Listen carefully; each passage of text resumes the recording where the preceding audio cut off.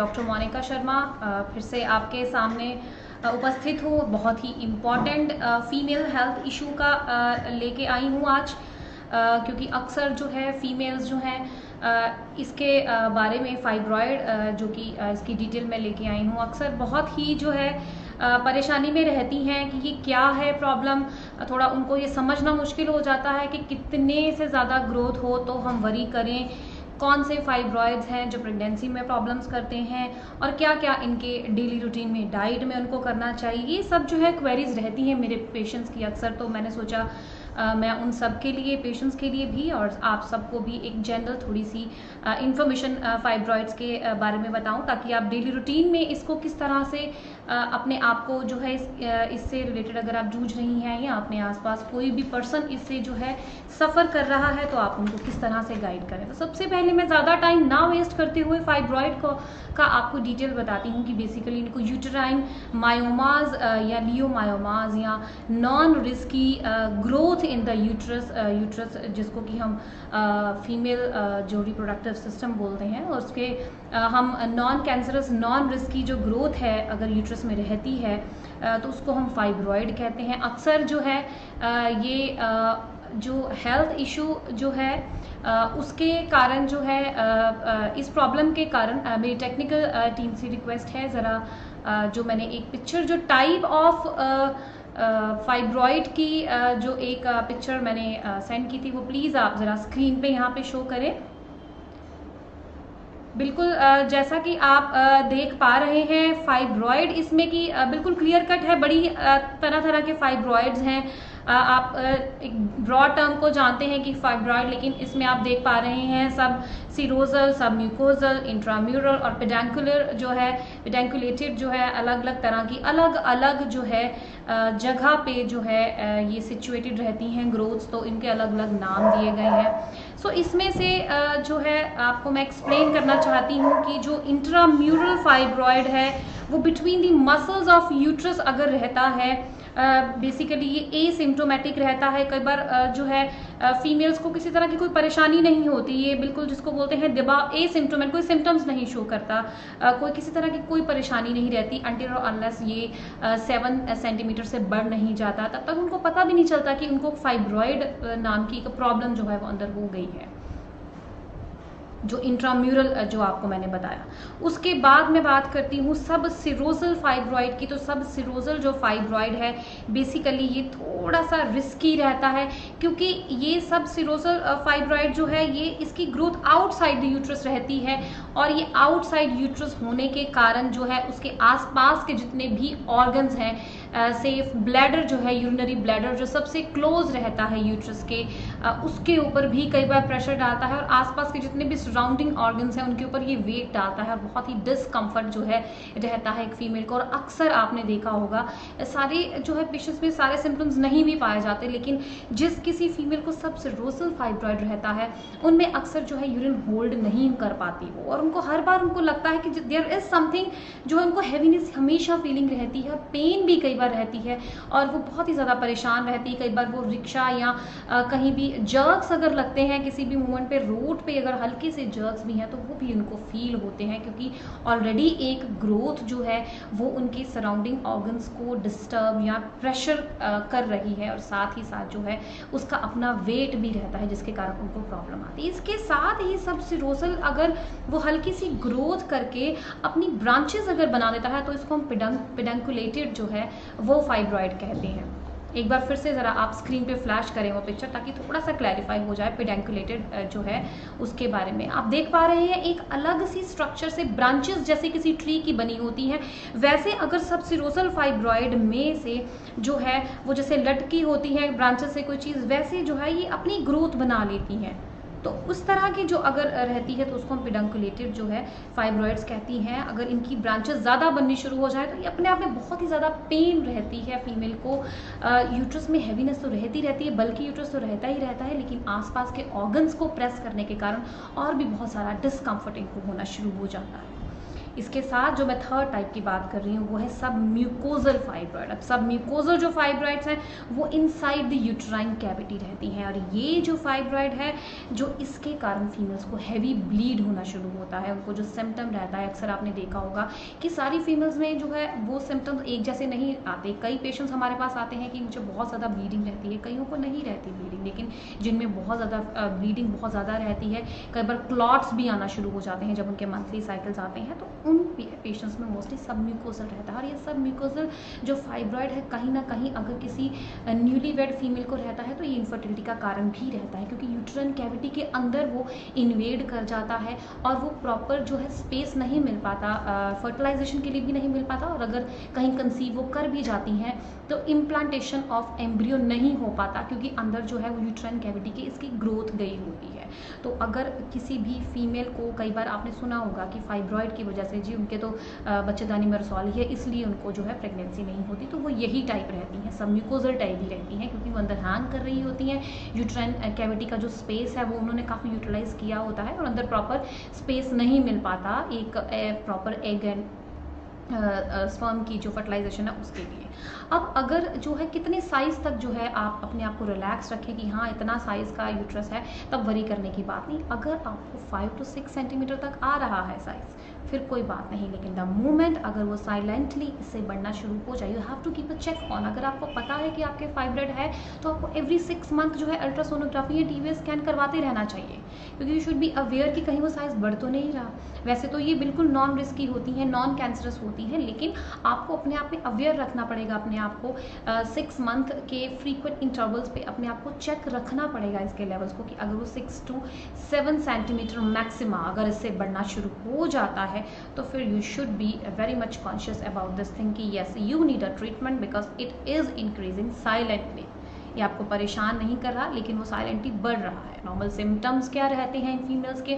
सबसे पहले जैसे मैंने बताया आपको कि मोस्टली जो है वो ब्लीडिंग पैटर्न जो है वो बहुत चेंज हो जाता है, बहुत हैवी ब्लीडिंग होनी शुरू हो जाती है, क्लॉट्स आना शुरू हो जाते हैं। नॉर्मल जो साइकिल डेज हैं जो 5 डेज रहती हैं वो बढ़ के कहीं में 10 डेज तक चले जाते हैं। कहीं में पेन रहना शुरू हो जाती है, पेल्विक रीजन में उनको अपने आप में हैवीनेस होना शुरू होती है, उनको लगता है जैसे कोई वेट पड़ा हुआ है उनके लोअर एब्डोमेन में, एक ड्रैगिंग सी पेन होनी शुरू हो जाती है जैसे कोई चीज़ नीचे जा रही है। ऐसी फीचर जो है वो उनको आना शुरू हो जाते हैं।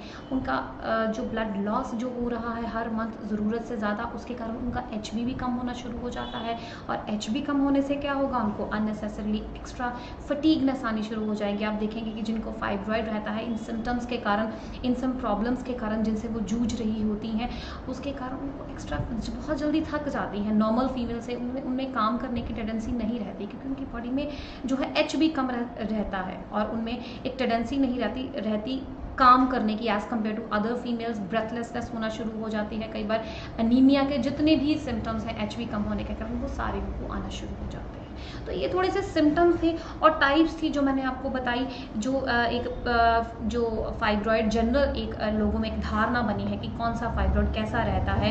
कई बार क्या होता है, डॉक्टर कई बार आपको धोखे में भी कोई आपको अगर पर्सन रख रहा है आपको फाइब्रॉइड तो इंट्राम्यूरल है लेकिन कह रहे हैं आपके फाइब्रॉइड है, आपका प्रेगनेंसी नहीं होगी, मतलब एक अननेसेसरी स्ट्रेस आपको दे रहे हैं। सो इसके लिए मैंने सोचा आज मैं आपको प्रॉपर थोड़ा सा डिटेल में बताऊं कि कौन सा फाइब्रॉइड किस प्रॉब्लम के कारण कहाँ पे आपको जो है वो नुकसान पहुंचा सकता है। सो अब मैं बात करती हूँ इसके आयुर्वेदा आस्पेक्ट की, कि आयुर्वेदिकली जो है फाइब्रॉइड जो है वो क्या रहता है। मैं टेक्निकल टीम से रिक्वेस्ट करूँगी अगर किसी भी तरह का कोई गायनी का क्वेश्चन या जितने भी मेरे फाइब्रॉइड के पेशेंट्स अगर कोई जुड़े हैं, कोई भी क्वेरी रहती है, क्योंकि उन्हीं के लिए मैंने स्पेशली ये लाइव किया है, जो उनको छोटी मोटी प्रॉब्लम्स आती हैं उन्हीं के कारण ही मैं आज लाइव हुई हूँ, तो वो प्लीज़ आप ज़रूर हाईलाइट करें ताकि उनकी जो है। हाँ जी, चांदनी जी वार्म वेलकम।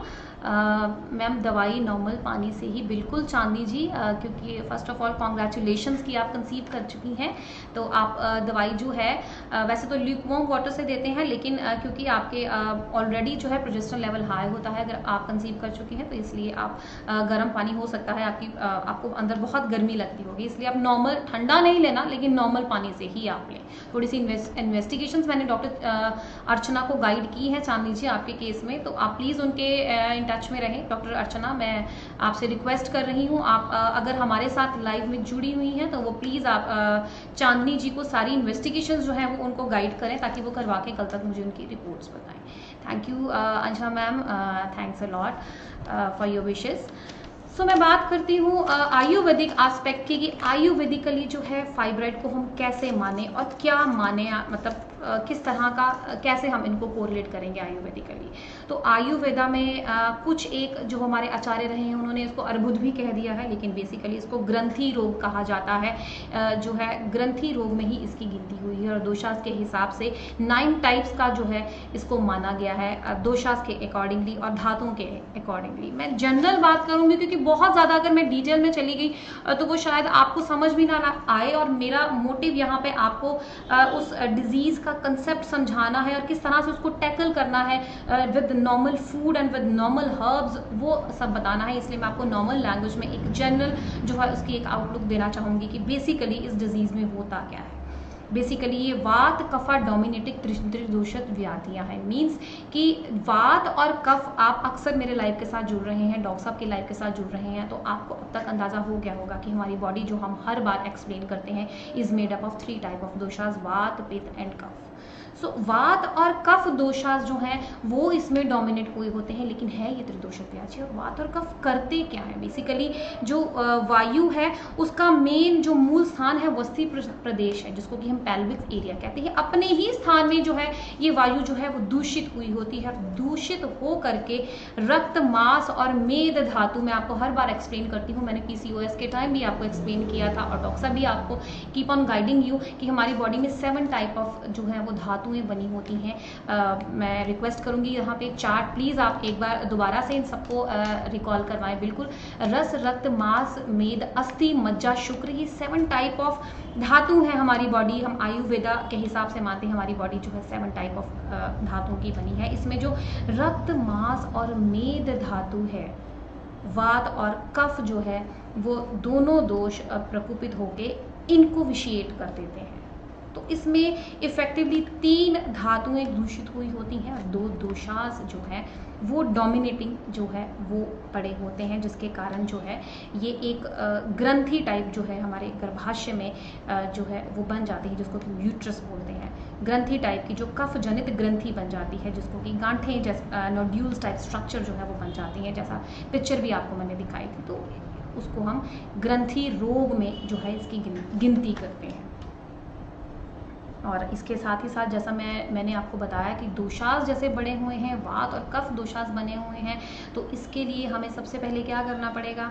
हमें वातानुलोमन जो है वो द्रव्य देने पड़ेंगे। और वात और कफ बड़े होने के कारण इसमें आम टॉक्सिन, आम नॉर्मल भाषा में बोलते हैं कि इसकी बॉडी में आम बढ़ा हुआ है। मैंने आगे भी एक बार आपको सिम्टम्स बताए थे कि जब आम टॉक्सिन जो है वो बॉडी में बढ़ जाता है तो बड़ी तरह के सिम्टम्स आना शुरू हो जाते हैं। जैसे आम टॉक्सिन अगर बढ़ गया और जॉइंट्स में डेपोजिट होना शुरू हो गया तो आम वात, जिसको कि रूमेटॉइड आर्थराइटिस भी कहते हैं, और भी अलग अलग जगह पे डेपोजिट होने के कारण अलग अलग जो है वो व्याधियां हो जाती हैं। और नॉर्मल सिम्टम क्या रहता है? अगर किसी व्यक्ति में आम दोष बढ़ा हुआ है, उसका स्टूल नॉर्मल पर्सन से ज्यादा स्टिकी होता है। आप देखेंगे जो भी जिसकी बॉडी में आम बढ़ा हुआ है, अगर वो स्टूल पास ऑन करता है तो वो एक ही बार में उसका क्लियर नहीं होता बाउल, उसको बार बार जो है वो स्टूल पास करने के लिए जाना पड़ता है। और अगर वो पास ऑन करता भी है तो जो पॉट के साथ स्टिकी स्टूल रहता है, तो इसका मतलब है उसकी बॉडी में आम दोष, आम टॉक्सिन नॉर्मल लैंग्वेज में कहूंगी, वो बड़ा होता है। तो यहाँ पे हमें आम पाचन के लिए वातानुलोमन जो है वो द्रव्य देने पड़ते हैं, जो कि हमारी जठराग्नि दैट इज डाइजेस्टिव फायर, और धात्वाग्नि दैट इज दैट फायर, जो कि ये जो मैंने आपको 7 धातुएं बताई हैं इनका प्रॉपर जो चैनल है इसको चैनलाइज करे।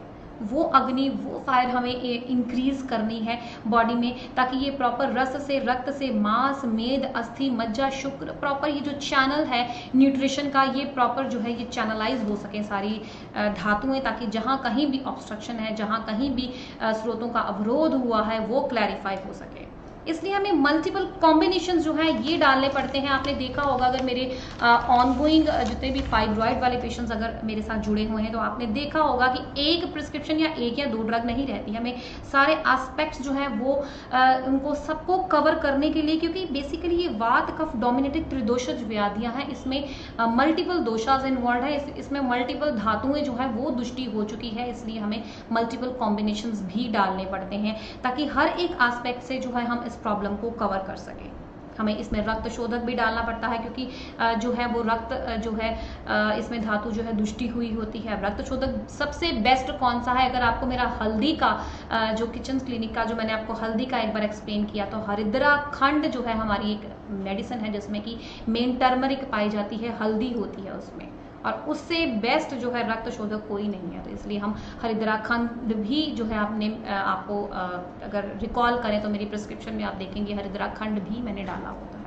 इसके साथ ही साथ कचनार गुगुल जो है वो भी डाला होता है हमने, क्योंकि कचनार गुगुल जो है उसके भी बहुत ही जो है मिराकुलस जो है उसके रिजल्ट हैं इसके ऊपर। साथ ही साथ त्रिकटु जो है, त्रिफला है, और भी बहुत से कॉम्बिनेशंस मैंने मिक्स करके हमने डाले होते हैं। शिगरू गुगुल आता है वो भी डाला होता है। अब इसका कहाँ किस का क्या रोल है वो मैं आपको धीरे धीरे एक्सप्लेन करूंगी। इन सब के कॉम्बिनेशन के साथ हमारा एक बहुत अच्छी फॉर्मुलेशंस है थायरो आर्मर। आप मेरी स्क्रीन पे थायरो आर्मर जो है उसकी डिटेल भी देख पाएंगे। थायरो आर्मर में अगर आप रीड आउट करते हैं तो उसमें त्रिकटु भी पड़ा है, उसमें कचनार भी पड़ा है, उसमें ऐसी बहुत सी औषधियां पड़ी हुई हैं जो कि फाइब्रॉइड जो है उसके अगेंस्ट वर्क करती हैं, फाइब्रॉइड में जो है बहुत ही अच्छे रिजल्ट देती हैं।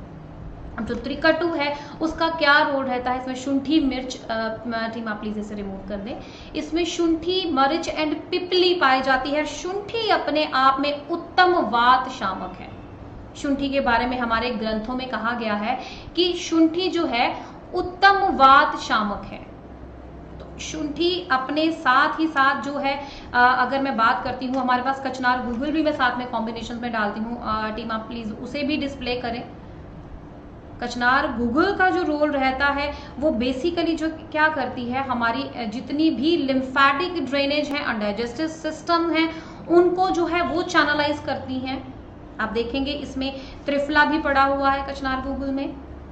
इसमें lymphatic drainage and digestive system जो है उनको चैनलाइज करके, और कफा की जो एक्यूमुलेशन हो रही है, जो ग्रंथियां बन रही हैं, जो हार्ड कफ जो है जिसको बोलते हैं कफ धातु के कारण ही जो गांठें हैं वो बनती हैं, तो वो एक्यूमुलेशन नहीं होने देती बॉडी में। टीम प्लीज आप इसे रिमूव कर दें। कचनार का एक बहुत इंपॉर्टेंट रोल रहता है कि मैं आपको हर बार एक्सप्लेन करती हूँ जब भी कोई इन्फ्लामेटरी जो एंटी इन्फ्लामेटरी हर्ब के बारे में जब मैं एक्सप्लेन करती हूँ कि एलिमिनेशन ऑफ इन्फ्लामेटरी साइटोकाइनिन्स हमारी बॉडी में रहते हैं, जो कि रीजन रहते हैं बॉडी में कहीं ना कहीं इन्फ्लामेशन कॉज करने का, तो उसको रिमूव करती है, इसको एलिमिनेट करती है। कचनार में बहुत मिराकुलस ये प्रॉपर्टी है। प्लस जब थायरो आर्मर में त्रिकटु भी पड़ा हुआ है, उसमें जो शुंठी है वो उत्तम वात शामक है। इसके साथ ही साथ जो त्रिफला पड़ा हुआ है, त्रिफला एटोप्सिस जो है वो करता है। आपको याद होगा मैंने पहले भी आपको ये चीज़ एक्सप्लेन की है कि प्रोग्राम्ड सेल डेथ, जितनी भी कैंसरस या अनवांटेड ग्रोथ या ग्रंथियां जिसको बोलते हैं, जैसा अभी मैं, क्योंकि ये ग्रंथि रोग ही है, जितनी भी कहीं एक्स्ट्रा ग्रोथ हमारी बॉडी में होती है उसके सराउंडिंग जो है वो अपने आप को सेव करने के लिए अपने सराउंडिंग एक प्रोटीन शीट बना लेती है। अब ये क्या करती है त्रिफला, उस शीट को, प्रोटीन शीट, इसके लिए जो है आगे मैं आपको एक्सप्लेन करने जा ही रही हूँ कि इसके लिए हमें जितने भी हमारे एंजाइमेटिक फूड हैं वो हमें जरूर लेने चाहिए। एंजाइमेटिक फूड कौन से होते हैं? जो बॉडी में हमारे एंजाइम्स को, लिवर एंजाइम्स को, डाइजेस्टिव एंजाइम्स को, उनको इनहैंस करते हैं। वो एंजाइम्स करते क्या हैं? वो एंजाइम्स जो प्रोटीन है उसके डाइजेशन में हेल्प करते हैं। अब वो जो शीट बनी हुई है कैंसरस या नॉन कैंसरस एक्स्ट्रा ग्रोथ कहीं भी अगर हमारी बॉडी में, उसके अराउंड जो शीट बनी हुई है प्रोटीन की, उसको जो है वो तोड़ते हैं और उन सेल्स की जो आगे जितने भी इन्फ्लामेटरी साइटोकाइनेंस उनकी प्रोडक्शन को कम करके उन सेल्स की ग्रोथ को कम कर देते हैं। सो ये एक कॉम्बिनेशन हमें देना पड़ता है। फाइब्रॉइड में ऐसा कभी नहीं होता कि मैं कहूँ कि सिर्फ मैं एक थायरो आर्मर दे रही हूँ, या ऑल्दो थायरो आर्मर अपने आप में सेल्फ सफिशिएंट हर्ब है, क्योंकि कॉम्बिनेशन है, सॉरी, क्योंकि इसमें त्रिकटु भी है, इसमें त्रिफला भी है, इसमें कचनार भी है। लेकिन साथ ही साथ जो है डाइट एक बहुत ही इंपॉर्टेंट रोल प्ले करती है। एंजाइमेटिक फूड जो है वो देने बहुत ही मैंडेटरी है, क्योंकि जब वो एंजाइम्स बड़े होंगे हमारी बॉडी में तो जिस तरह के जो अनवांटेड ग्रोथ हुई है, अनवांटेड जो सेल्स जो हैं या गांठें जो हैं उनके अराउंड जो प्रोटीन, उनकी जो सेफ्टी के लिए जो प्रोटीन शीथ उन सेल्स ने अपने अराउंड बनाई होती है, उनको ब्रेक डाउन करता है और इस तरह से अनवांटेड सेल्स को भी ब्रेक डाउन करता है और फर्दर आगे फैट जो एक्यूमुलेशन है वो होने ही नहीं देता, क्योंकि लिम्फेटिक ड्रेनेज को तो ऑलरेडी जो हमने कचनार डाली हुई है उसमें उसने सारा चैनलाइज कर दिया। इसके साथ ही साथ नॉर्मल डाइट में अगर मैं बात करती हूँ तो आपको फाइबर रिच डाइट लेनी चाहिए। जितनी भी फीमेल्स ऐसी हैं जिनको फाइब्रॉइड है या कोई ऐसी प्रॉब्लम है या कहीं भी मैं कहती हूँ बॉडी में अगर ग्रंथि है बॉडी में, ओवरऑल मैं बात करती हूँ, इस वक्त तो मैं चलो फाइब्रॉइड की बात कर रही हूँ, तो उनको जो है फाइबर रिच जो है वो डाइट लेनी चाहिए। फाइबर रिच डाइट जो है अल्टीमेटली वो बॉडी में ईस्ट्रोजन लेवल, जो कि एक कारण है, जो हमारी बॉडी में ईस्ट्रोजन लेवल अगर बड़ा होता है तो इन जो है जो फाइब्रॉइड है इनकी साइजेस बढ़ जाते हैं। इसीलिए अगर किसी प्रेगनेंसी में फीमेल को फाइब्रॉइड है तो आप देखेंगे कि 9th मंथ तक आते आते फाइब्रॉइड का साइज बढ़ जाता है, क्योंकि प्रेगनेंसी में हार्मोन्स लेवल बड़े होते हैं और फाइब्रॉइड जो है इसकी जो फीड है वो हार्मोन्स ही हैं। तो हमें इन हार्मोन्स लेवल्स को सप्रेस करना है, ऑस्ट्रोजन को स्पेसिफिकली सप्रेस करना है हमें। तो इसके लिए जितने भी फाइटोएस्ट्रोजन्स जो कि अक्सर मैं मेनोपॉजल फीमेल्स को बोलती हूँ वो उनको थोड़ा कम लेने हैं। सोया रिच डाइट हो गई हमारी, या टोफू हो गया, या जितनी भी ऐसी चीज़ें मैंने तब आपको एक्सप्लेन की थी वो थोड़ा सा आपको क्वांटिटी में कम लेनी है ताकि आपकी ईस्ट्रोजन लेवल बॉडी में ना बढ़े। इसके साथ ही साथ मैंने तब भी आपको बताया था पीसीओएस के केस में कि जो रास्पबेरी जो है, एक आपने रास्पबेरी टी भी लेनी है, उसका भी बहुत इंपॉर्टेंट रोल रहता है प्रोडक्शन ऑफ प्रोजेस्ट्रॉन के लिए। प्रोजेस्ट्रॉन हार्मोन जो है वो अगर बड़ा होगा बॉडी में तो ईस्ट्रोजन लेवल अपने आप कम होगा, तो वो बहुत ही जो है अच्छा रहेगा जितनी भी फाइब्रॉइड की ग्रोथ है उनके साइज को रिड्यूस करने के लिए। इसके साथ ही साथ अगर आप ग्रीन टी ले रही हैं, चाहे मैंने आपको ग्रीन टी के अपने टॉपिक में एक्सप्लेन किया था कि ग्रीन टी एक्सेसिवली नहीं लेनी, लेकिन वंस इन अ डे या at the max 2 cup a day आप ले सकती हैं। ग्रीन टी में अगर आप माचा ग्रीन टी लेती हैं तो वो बहुत ही बेनिफिशियल है, स्पेसिफिकली उन फीमेल्स के लिए जिनको फाइब्रॉइड है, क्योंकि इसमें आयरन कंटेंट भी है और फाइब्रॉइड में क्योंकि ब्लड लॉस बहुत होता है इसलिए फीमेल्स में एच भी कम होता है और उसके कारण जो फटीगनेस आती है वो भी बहुत रहती है। तो ये एक नेचुरल सोर्स है। प्लस इसमें जो मैंने आपको पहले भी एक्सप्लेन किया था EDCG करके कैटेकिन्स होते हैं इसमें, वो भी सबसे ज़्यादा माचा ग्रीन टी में ही पाए जाते हैं जो कि एंटी इन्फ्लामेटरी हैं। फर्दर जो है उसके साइज़ को, फाइब्रॉइड के साइज़ को रिड्यूस करते हैं। विटामिन D3 बहुत अच्छी जो है वो कही गई है उन फीमेल्स के लिए जिनको कि फाइब्रॉइड रहता है। इसलिए जो है जो हमारी सनलाइट है वो ज़रूर एक बार दिन में आपको बैक साइड से 10 to 15 मिनट के लिए जो है वो सनलाइट में ज़रूर बैठना चाहिए। पोटेशियम रिच डाइट लेनी चाहिए, क्योंकि जितनी भी फाइब्रॉइड की जो है से ग्रसित जितनी भी फीमेल्स होती हैं उनमें अक्सर हाइपरटेंशन भी देखा गया है। चाहे इसका रीज़न फाइब्रॉइड की वजह से डेली एक स्ट्रेस फैक्टर है या चाहे उसकी वजह से हुआ डिस्कम्फर्ट है, उसके कारण जो है वो स्ट्रेस आउट होके अपना BP भी बढ़ा लेती हैं। अक्सर देखा गया है कि हाइपरटेंशन भी एसोसिएटेड रहता है जिनको भी फाइब्रॉइड की प्रॉब्लम रहती है, तो पोटेशियम रिच डाइट वहाँ उनके लिए बहुत ही यूज़फुल सिद्ध रहेगी। और पोटेशियम रिच डाइट कौन सी है? एवोकाडोज हो गए, बनाना क्योंकि रिच सोर्स ऑफ फाइबर भी है और साथ में पोटेशियम रिच भी है। इसके साथ ही साथ कीवी या पाइन एप्पल, ये सारी जो हैं आपको लेनी चाहिए क्योंकि ये अगेन एंजाइमेटिक फूड है, एंजाइम्स को बढ़ाती हैं बॉडी में, लिवर एंजाइम्स को, प्रोटीएसेस स्पेसिफिकली उनको बढ़ाती हैं। मैं टीम से रिक्वेस्ट करूँगी जो है मैंने एक बहुत ही, हाँ बिल्कुल आप इनको दिखाएं ज़रा। हाँ, ये जो है चेस बेरी है, आपको याद होगा मैंने PCOS के टाइम भी आपको एक्सप्लेन किया था कि चेस बेरी एक वरदान है फीमेल के लिए। हर एक में चेस बेरी जो है वो बहुत ही सक्सेसफुल है, हर एक डिजीज़ में फीमेल बॉडी के लिए ही जैसे भगवान ने इसे बनाया। चेस बेरी जो बेसिकली क्या करता है बॉडी में, dopaminergic transmission of LH and prolactin level को कम करता है। मैंने आपको तभी एक्सप्लेन किया था जिनको PCOS प्रोलैक्टिन लेवल के साथ रहता है। तो LH सीक्रेशन हमारे हाइपोथैलेमस में ल्यूटिनाइजिंग हार्मोन्स हैं, उनकी सीक्रेशंस को सप्रेस करता है और कहीं ना कहीं ऑस्ट्रोजन को कम करता है। तो ऑस्ट्रोजन जब साइज कम होगा तो फाइब्रॉइड का जो साइज है वो अपने आप रिडक्शन में हेल्प आउट करता है। प्लस रेड रास्पबेरी टी है, आप प्लीज़ एक बार ज़रा पिक्चर शो करें ताकि इनको रिकॉल हुए मैं किस टी की बात कर रही हूँ। वो दिन में 2 या 3 बार रेड रास्पबेरी टी है। हाँ, आपको याद होगा अगर ये लीफ मैंने आपको तब भी दिखाया था मेनोपॉजल फीमेल्स के लिए, जब मैंने उनके लिए बताया था कि उनके लिए बहुत यूज़फुल है। ये बेसिकली इसकी एंटी इन्फ्लामेटरी प्रॉपर्टीज़ भी रहती हैं और जो भी एंटी इन्फ्लामेटरी हर्ब हैं उनकी डिकॉक्शन या उनकी इन्फ्यूज्ड टी लेना अपने आप में जो है वो इन्फ्लामेशन की वजह से, इन्फ्लामेटरी साइटोकाइनेंस की वजह से कोई भी प्रॉब्लम रहती है तो वहाँ हर उस प्रॉब्लम में बहुत ही यूज़फुल है। फिर मैं जिंजर टी, उसको भी नहीं भूलना चाहती। जिंजर एक बहुत अच्छा जो है वो एंटी इन्फ्लामेटरी है।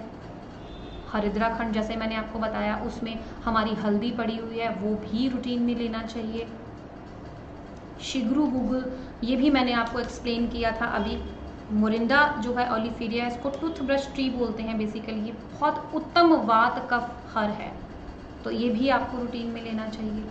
सो आई होप जो मैंने आपको थोड़ी बहुत ये डाइट बताई है, डेली योगा ज़रूर आपको करनी चाहिए, अपने आप को फिजिकली एक्टिव रखना चाहिए अपने आप को।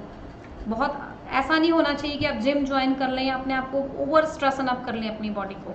अपने बल के हिसाब से आप व्यायाम करें और उसमें सबसे उत्तम और सबसे बेस्ट जो फीमेल बॉडी के लिए रहता है वो है मूल बंद। सो मूल बंद को बिल्कुल नहीं भूलना चाहिए, चाहे आप फाइब्रॉइड से जूझ रही हैं, चाहे किसी भी परेशानी से जूझ रही हैं। आपकी पेल्विक मसल्स को स्ट्रेंथन अप करता है जो मूल बंद है। सो आई होप जितनी भी डिटेल मैंने आपको फाइब्रॉइड की बताई है, आपने थोड़ा सा उससे जो है आपको ज़रूर जो है लाभ मिला होगा। और वो इन्फॉर्मेशन जो है आप अपने आसपास जो भी फीमेल्स फाइब्रॉइड से जूझ रही हैं या आपके मन में कुछ भी क्वेरीज थी वो अब क्लैरिफाई हो चुकी होंगी कि कितने लेवल या कौन से फाइब्रॉइड की ऐसी टाइप है जो प्रेगनेंसी में प्रॉब्लम करती है, कौन सी नहीं। आप बेहतर किसी को आगे अब गाइड कर सकती हैं। और ट्रीटमेंट के रिगार्डिंग जो मैंने आपको बताया उसे भी ध्यान में रखिएगा। सिर्फ एकमात्र 1 या 2 चीज़ें लेने से कई बार फाइब्रॉइड की प्रॉब्लम सारी चीज़ें चेक नहीं रख जाती, हमें 2-3 कॉम्बिनेशंस जो हैं वो ऐड करने पड़ते हैं। और क्यों ऐड करने पड़ते हैं, क्योंकि मैंने दोषास का भी आपको सब एक्सप्लेन कर दिया है। क्योंकि हमारे ये बेसिकली 2 टाइप के दोषास इसमें डिस्टर्ब है और 3 धातुओं को जो है इसने आगे विशिएट किया होता है। सो आई होप, मैं उम्मीद करती हूँ जो आज मैंने थोड़ी सी आपको फाइब्रॉइड के बारे में जो इन्फॉर्मेशन दी है वो आपके लिए हेल्पफुल रहेगी।